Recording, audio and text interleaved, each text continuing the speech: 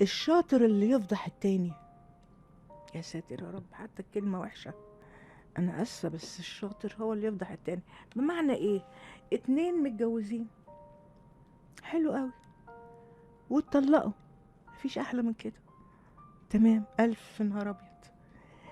بعد الحكاية دي ما تخلص، تعالوا شوفوا كم النميمة وكم الشتائم وكم الأسرار والإشاعات كمان. بيطلعوا على بعض إشاعات. إزاي؟